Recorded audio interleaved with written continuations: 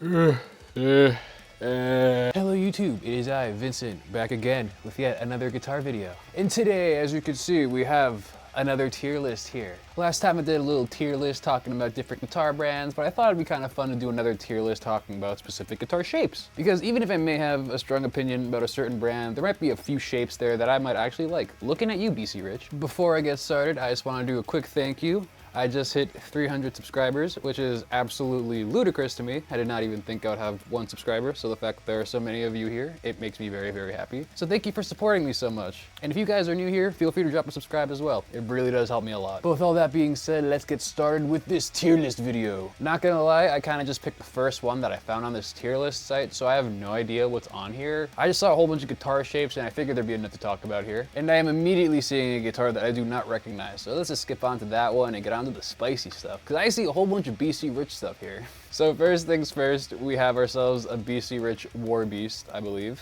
Or maybe just the Beast. I'm not entirely sure about my BC Rich lingo. But I have not personally played one of these things, so I can't really judge it that much. I'm just gonna judge it entirely based on the aesthetics, and this thing looks, oh my god. This thing looks absolutely atrocious. I'm sorry, like, who, unless you're like Kerry King from Slayer, who's gonna pick up this instrument and be like, yeah, this is the one. This is the one. So I'm gonna go with the F tier for that. I'm sorry. I'm sure there's probably a bunch of you like ultimate mega giga chad metal dudes that probably thinks this is the coolest shape ever, but I don't know. It's just not for me. I'm sorry. And now moving on to a BC Rich shape that I actually do like. This is the BC Rich Bitch. Yes, that is the actual name of this. There's no T there, so it is technically not a swear word, but yeah. I actually really dig this shape because compared to a lot of BC Rich's other shapes, it's a little bit more conservative. Like, yeah, you have the kind of bat wing at the bottom, but overall, I think this is a pretty conservative take on what BC Rich generally does. And actually I kind of like it for the most part. Granted, I do have a lot of nostalgia because Jinx from Black Veil Brides played this shape for a very, very long time. But compared to all of BC Rich's other shapes, I'd probably put this ahead of all the other ones. That being said, I still probably wouldn't pick this up above the normal Super Strat. So I'm gonna say C tier for that. Feels kind of safe. Moving on to the BC Rich Mockingbird. This actually probably is my favorite BC Rich shape for very similar reasons to the Bitch. It is a lot more conservative of a shape compared to something like the Warlock. And also Jake Pitts from Black Veil Brides played this for a very long time as well. So I have a lot of nostalgia for that reason. I actually did own a BC Rich Pro X Mockingbird back in like freshman year of high school, but honestly didn't really gel with it that much. The kind of top horn was a little bit uncomfortable. It would dig into my ribs a little bit. So I got rid of it in lieu of my normal Super Strats, but it is a very cool shape. So I'll put it in the C tier alongside the other one. Moving on to probably the most well-known BC Rich shape, especially after the whole Stranger Things thing, the BC Rich Warlock. I'm gonna be so for real with you. I do not like this shape in the slightest. Same reason with the War Beast. It's just so over the top and metal. I will give it props because it is actually pretty comfortable. The way that the lower cut there is, it actually makes it really nice for classical playing, but that's probably the only positive thing that I have to say about this guitar. So I'll put it above the War Beast, but I will put it below the other BC Rich shapes that I enjoy. Moving on to a guitar brand that I actually completely forgot about until making this video, Diamond/DBZ Guitars. I believe this was an offshoot created by Dean's old founder, but don't quote me on that because, again, I completely forgot this guitar brand existed until 30 seconds ago. That being said, I actually did think these guitars were pretty cool back in the day. I remember when these came out back in like 2014, 2015, somewhere around that era, and it was really connected to Five Finger Death Punch. And the specs were really cool at the time. They had the Seymour Duncan Pegasus Sentient pickups, which were really, really big at the time. And overall, the quality was pretty fine. That being said, the brand never really took off, and I also think that there are more compelling Super Strat shapes. So I'll put this at the top of B tier in front of the BC Rich shapes because I probably would pick this up over those two, but other than that, probably wouldn't play one of these guitars. Moving on to the Dean ML. I already spoke so much about Dean, why I don't like Dean, so I'm not gonna reiterate all the points that I said in my previous video. That being said, I do not like Dean at all. I don't like their shapes. Very similar reasons to BC Rich, just they're more, I guess, classic shapes instead of being overtly pointy, but they're still a little bit too extreme for me. Moving on to the Ernie Ball stuff. I actually really, really like Ernie Ball stuff. I think their quality is absolutely top tier, and I've yet to play an Ernie Ball instrument that I don't like. So all of these are gonna be pretty high rankings, starting with the Cutlass, which is their Strat shape. I'll put this in the A tier because it's just kind of a normal Strat, doesn't really do anything super crazy, aside from change the shape a little bit to make it more Ernie ball and less Fender. That being said, I'd say this is probably one of the better options if you were looking for a Strat type guitar. My band Pull Curtain actually received one for free because we won the Ernie Ball Battle of the Bands for Warped Tour, so they sent us one of these things for free. I believe it had P90s. Again, don't quote me on that. My other guitarist took it, not me. Sad face. But it was a very, very nice guitar. I was very pleasantly surprised because I wasn't really expecting much. Again, it's a pretty typical Strat, so I just thought it was gonna be kind of like a Strat, but I really, really liked it. The neck was very comfortable, a lot more comfortable than a lot of the Fenders that I've played. And realistically, if I had the option between this and the Fender, I'd probably pick this one. And moving on to probably the first S tier of the video, the Ernie Ball Music Man JP. Not even a question. I talked about this before, but I used to own a Music Man JP6 BFR, and that was probably the benchmark at which I compared every single other high-end boutique guitar that I owned. It was just flawless. The neck was perfect, quality was perfect, the finish was perfect, it sounded perfect. Frankly, I regret getting rid of that guitar more than anything. And spec-wise, it's perfect. 2 humbuckers, 24 frets, floating bridge. What more could you want? And the Music Man Luke I like for a lot of the exact same reasons.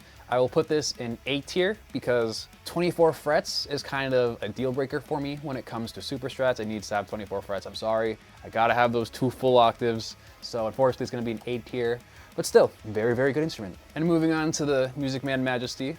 Again, another very easy S tier. I put this below the normal Music Man JP just because I prefer the more conservative look of the normal JP. It's a lot more just normal stratty, while the Majesty is a little bit more out there, but it is still a flawless instrument. I think it actually feels a little bit better than the JP just because it is neck through. But again, I value aesthetics a lot, so for that reason, it's a little bit below the JP. And now moving on to my other favorite guitar brand, ESP. Starting off strong with the ESP Eclipse. Don't know if this is gonna be low S tier or high A tier.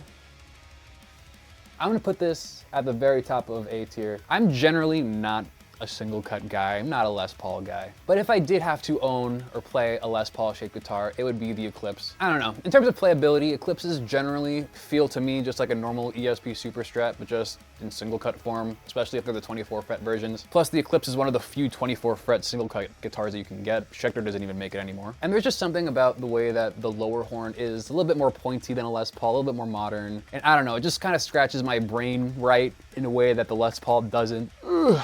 Moving on to the snake bite. I don't know, like I said it a few times in this video, I'm not really a fan of the more pointy, out there shapes. And I kind of just think that the snake bite is just an uglier version of the Explorer, not gonna lie. So because of that, I'm gonna put that at the bottom of C tier, below all the BC Rich stuff. And now moving on to another very easy S. I'm gonna put this at the top of S tier actually. The ESP M2, and I'm also lumping in the Horizon into this because they are functionally the same guitar, but one's carved and one's flat. ESP Super Strats are my bread and butter.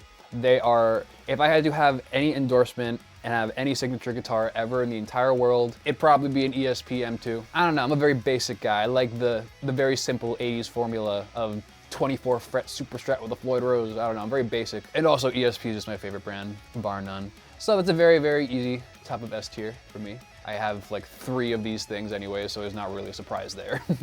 On to the Viper. This is, I'll put it in B tier because I do like it more than the normal SG, but I frankly just do not like the SG in general, for the most part. It's kind of just like a boring shape to me, but I do think it looks kind of cool. I like the offset a little bit more. And now we're on to the ESP Kirk Hammett V. I'm generally not a V guy, but I do like the way that Randy Rhoads look. Don't know where I would put this, at the bottom of B or top of C. I'm gonna put it at the bottom of B and not the top of C exclusively for the fact that this is an ESP guitar and that just carries it pretty hard for me, not gonna lie. And now we go on to the Fender stuff, and I'm gonna make a very, very long story short and just put every single one of these in the B tier. It might be blasphemous for some people, but I'm gonna be so for real. Every single Fender guitar kind of just blurs into one in my head. Whether if it's the Jaguar, or the Meteora, or the Jazzmaster, or the Telecaster, or the Stratocaster, they all kind of fulfill the same purpose for the most part in my head. And aesthetically, they're all kind of on the same tier as one another for me. Like, I don't really think that the Jaguar looks better than the Stratocaster, or the Telecaster, or what have you. So it sounds crazy to some people, but hey, that's just me. And now we're on to Gibson, which is probably the exact same story, but for a different reason. Again, they all kind of blur into one kind of shade of mediocrity to me.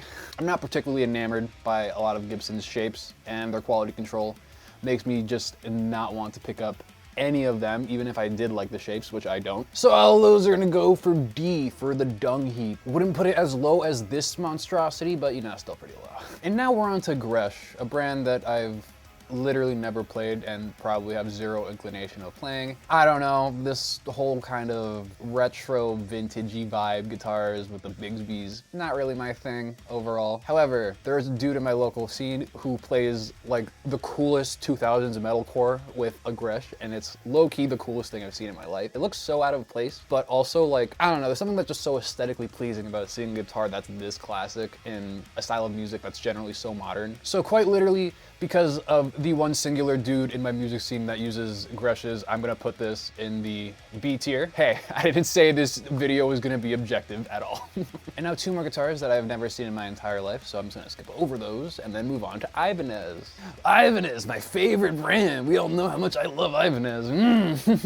Starting off with the Ibanez RG, probably the most bog standard super strat to ever exist ever in the history of time. I'm gonna put this at the top of C tier. I know that might be kind of surprising that I didn't just put it straight in F tier with how much I drag Ibanez, but I'm gonna be real. Ibanez is still better than BC Rich and Gibson. As much as I like to drag Ibanez, they're still not that bad compared to those other brands. I think the RG is, again, pretty unoffensive overall, pretty standard shape, 24 frets, double humbuckers, Floyd Rose. I personally love the kind of more vintage look of it when they have pick guards, and I think the 80s Ibanez's are actually phenomenal. I think those are perfect instruments. Most of my gripes with Ibanez come from their more modern offerings, which have terrible quality control issues, but that's a video for another day. And the Ibanez S series, I'm gonna put this at the bottom of S tier, and that's just because I think the body shape is really uncomfortable. It's so thin, it really throws me off, kind of just slides off my body, and has horrendous neck dive. So for all those reasons, it is probably my least favorite of all the Ibanez shapes. And on to Jackson. I generally feel the same way about Jackson that I feel about ESP.